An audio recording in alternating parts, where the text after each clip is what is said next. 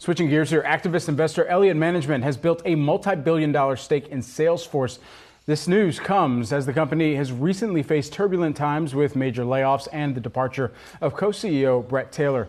Elliott Management has yet to publicize the exact details of its intention with the software giant, but this comes after we had also seen in recent months, I believe it was October, Starboard Value also taking a sizable stake within Salesforce and looking to drive more profit at the time. And for some of the stakes that have really entered into the fold here, it's at a time where Salesforce is well off of its all-time highs. Perhaps some of the activist campaigns that are going to move forward from here really just striking while the opportunity is ripe, especially with the deceleration or the depreciation rather in the share price value. And Elliot, probably the biggest name in activist investing. I would also put there Nelson Peltz, of course, as well. But a couple things in play here. First, I would say, we spent a little time at Salesforce at the World Economic Forum this week. I think the general sense is they were a little more subdued. These are not challenges that Salesforce has had to deal with in its public lifetime. They've only known growth in the street, generally liking what it's doing.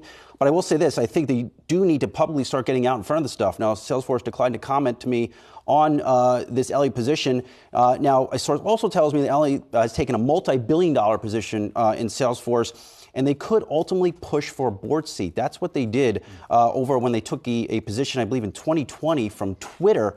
The difference being here, Julie, that I think Elliott has a lot of deep respect, and they came out with a statement from Jesse Cohn on this, a lot more deep respect for Mark Benioff at Salesforce than Jack Dorsey, who was long seen as aloof and out to touch and trying to do too many things. That's not Mark Benioff. He's created a great culture here at Salesforce. It's just a matter of they've acquired a lot of businesses in recent years, and there's a huge opportunity beyond the recent 8,000 strong layoffs that they just did to bolster profit margins and then ultimately articulate that to Wall Street. They did not come out with guidance a couple months ago like they normally do, and I think that has caused a lot of anxiety within the investor base. Yeah, and a person familiar with the situation telling you all of that about what Elliott might be planning for Salesforce. If you look at their profit margins versus some of their competitors, they have lagged there. So, we'll see if any of this ends up making a difference. It also just signals how much more some of the deal making could be scrutinized now that you've got some of the larger activist campaigns that are going to be looking on Starboard's side for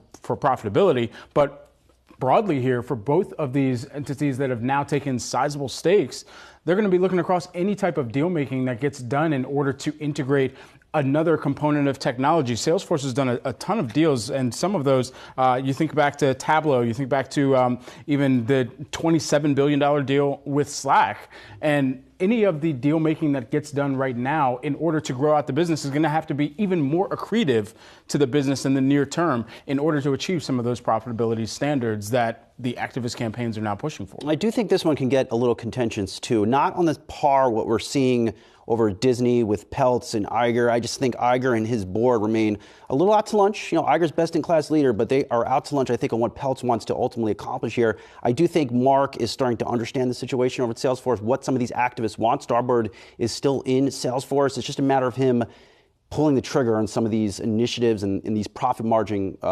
initiatives that these activists want. Yeah, well, as we start to get earnings from all of these big tech companies, maybe we'll get some more commentary around all of this.